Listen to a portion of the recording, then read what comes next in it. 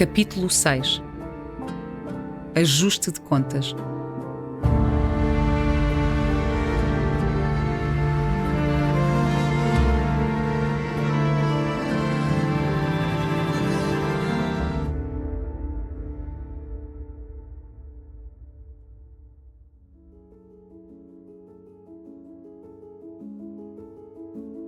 No adarve do castelo de Touro, a minha túnica confunde-se com as pedras da muralha e vejo, sem ser vista, como é a minha sina.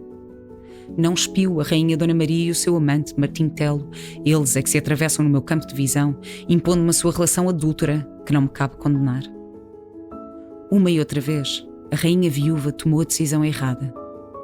Pôs-se pelo lado dos que não devia, numa tentativa de ordenar o mundo em torno de si, e uma e outra vez perdeu conselheiros e amigos, até que fez um inimigo do próprio filho.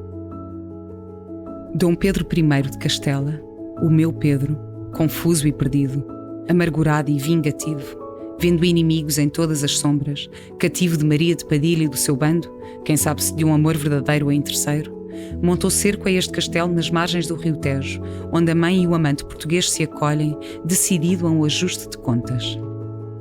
A mais um ajuste de contas. Ao observar o arraial militar no sopé deste monte, as tendas a perder de vista, com o pendão do rei de Castela erguido bem alto no mastro espetado à frente da tenda maior do rei, o brilho das cotas e dos elmos, os escudos e as lanças alinhados em filas estreitas, prontos para uso, sinto o arrepio que nos provoca a sensação de que já estivemos aqui. Já assistimos a uma cena idêntica, como se mergulhássemos numa espiral do tempo que redupia sem parar e nos deixa sem saber se estamos de pé ou de cabeça para baixo. Durante meses, o vizir, meu pai, procurou negociar com os generais castelhanos. Durante meses, incitou a nossa gente a resistir, a aguentar, comendo o menos que podíamos, bebendo apenas um gole de cada vez para poupar a água da cisterna, dando o que havia primeiro aos mais velhos, às mulheres grávidas e às crianças pequenas, apesar de ser na força dos nossos homens que residia a esperança de uma vitória. Aguardávamos então que o emir de Granada respondesse ao nosso pedido de ajuda e atacasse os cristãos pela retaguarda, ou que as embarcações do sultão de Marrocos conseguissem aportar no escuro da noite, traficando para dentro das muralhas sacas de trigo para que pelo menos não nos faltasse pão. Mas mesmo nesses dias de maior desespero, havia histórias. Quando o sol se punha, aos meus olhos de criança tudo parecia voltar à normalidade. Rezávamos, lavávamos as mãos, partilhávamos o mesmo tacho à mesa. Depois, o meu pai chamava-nos, a um de cada vez, para nos dar a bênção. A minha mãe pegava no fio onde o deixara na véspera, e enquanto a lua subia no céu, eu via, literalmente via, um gênio a sair da boca de um leão, transformando as barbas do animal numa espada, e seguia o lento serpentear de uma lesma que entrava numa romã incandescente de tão madura, fazendo-a explodir e espalhar as suas sementes por um deserto de areia, que de um instante para o outro se tornava num oásis onde os animais iam beber água. Imaginava-me na corte de um sultão, a mais bela de todas, perfumada com os preciosos óleos de essência de almíscar, esperando ansiosamente a chegada de um príncipe corajoso que me ensinasse a ler todos os livros da biblioteca do meu pai. Suspiro fundo. Estas portas vão ceder, como cederam as nossas, e a infância das crianças que aqui vivem vai perder-se de um instante para o outro, como perdi a minha, roubada por bandos de um mesmo povo que nem entre si se entende. Olho de novo para a rainha-mãe e o cavaleiro português que se beijam escondidos pela copa de uma laranjeira, e é então que percebo o vulto de um criado que cruza o pátio com passo apressado. Sei que a notícia só pode ser grave para se atrever a surpreender assim a senhora Dona Maria. Presinto o que diz. Presinto o que aconteceu e tapo a boca com a mão para calar um grito, inspirando fundo, procurando não perder o pé entre as pedras que se soltam de entre as lajes, pressionadas pelos meus pés que correm este caminho da ronda, que procuram os degraus da escada íngreme na ânsia de chegar o mais depressa possível. Entro, ofegante, na câmara da rainha, no momento em que uma moura livre que não conheço comunica à senhora Dona Maria que Dona Inês de Castro, a mulher do infante Dom Pedro de Portugal, foi cruamente degolada em Coimbra, na presença de Dom Afonso IV, que não se deixou de mover pelas súplicas da mãe dos seus 3 pequenos netos. E onde estava o meu irmão? Pergunta a rainha, procurando controlar o tremor da sua voz, enquanto troca um olhar angustiado com Martim Telo, imaginando como reagirá o seu implacável pai quando lhe chegarem aos ouvidos os amores clandestinos da filha adorada com um homem casado.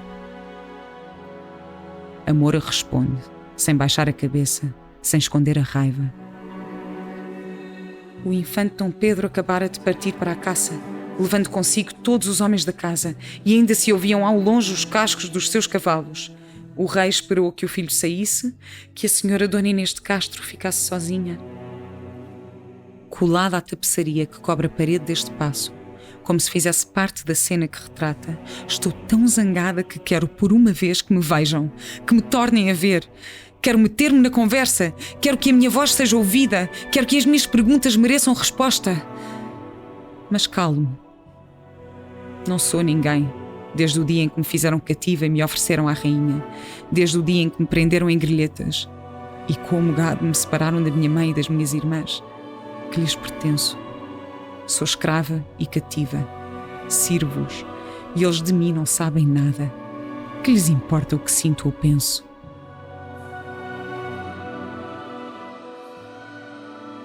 Recuo para o silêncio de uma câmara vazia, espreitando a saída daquela que só pode ser discípula de Zulema. Quero saber se viu algol brilhar sobre o terreiro do Paço da Rainha em Coimbra, no dia em que mataram Inês. Quero que me diga se nos dedos do rei brilhavam os 7 anéis da filha do sultão.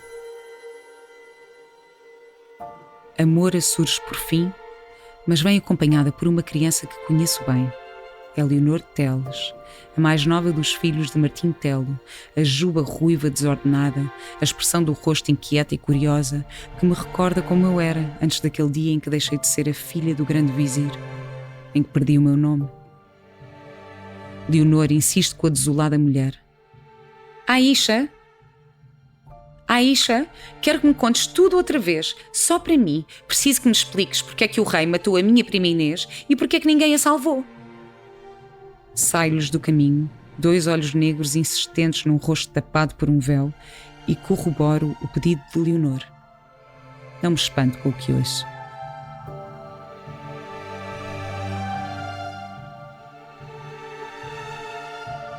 Inês de Castro viu os 7 anéis nos dedos do rei, 2 de rubi, 2 de diamante e 1 de esmeralda.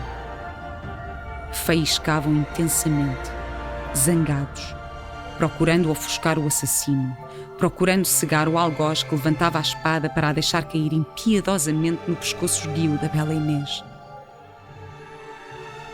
Os anéis da coragem, da verdade e do amor, roubados com violência a Fátima, filha do grande califa Abulala Abu Bekr II, que os recebera da sua mãe, assim como a sua mãe os recebera da mãe dela, a cada elo mais perto da princesa cativa, liberta pelo jovem bondoso que fora lançado ao poço pelo vizinho invejoso, salvo pelos génios e pelas fadas, transformado em soldado valente e apaixonado que defrontara 7 vezes o sultão e que 7 vezes o vencera. Vingar-se-iam do homem que se atrevera a desafiá-los. Afonso IV é um homem morto. Explodo. Disse-o alto. Disse-o de forma que me ouvissem. Pela primeira vez, nestes 30 longos anos, falei alto e sem receio.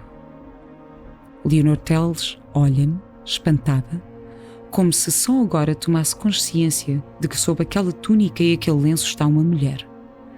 Depois, volto de novo a atenção para a Moura de Inês de Castro. 7 anéis? Aisha, conta-me a história destes 7 anéis. Pede, fazendo-me sinal para que me sente com elas nas grandes almofadas espalhadas pelo chão. A Moura diz-lhe que a única história que conhece é a que ouviu à sábia Zulema, que por sua vez a escutou da boca da filha de um grande vizir, cativa em criança e posta ao serviço de uma rainha cristã. É a mim que Zulema se referia. E àquele dia no jardim do Alcázar de Sevilha, em que se sentou no banco de pedra no Horto das Aromáticas e me incitou a contar-lhe tudo, sem omitir nada, porque quem fala não pode de antemão avaliar o impacto das suas palavras no outro, ou ter a certeza de que o pedacinho de informação que considera irrelevante não é precisamente a chave que falta a quem o escuta. A Aisha começa a história, a minha história. Mas é a voz da minha mãe que ouço. E é a sua voz que, a partir deste dia, fala por mim quando noite após noite, após noite, Leonor Teles exige que lhe conte mais uma aventura, fazendo crescer em mim a certeza de que será esta menina com olhos do azul do meu mar que finalmente vencerá Din Din, filho de Shabar. Será ela a retomar os anéis.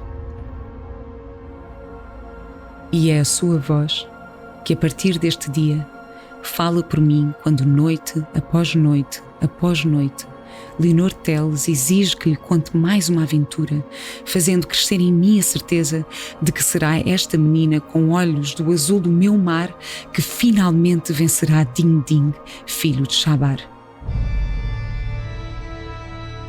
Será ela a retomar os anéis. Na véspera de regressar a Portugal, Leonor, sentindo a minha emoção, põe-me uma mão em cada ombro, inclina-se e sussurra-me ao ouvido: Sherazade, o meu verdadeiro nome.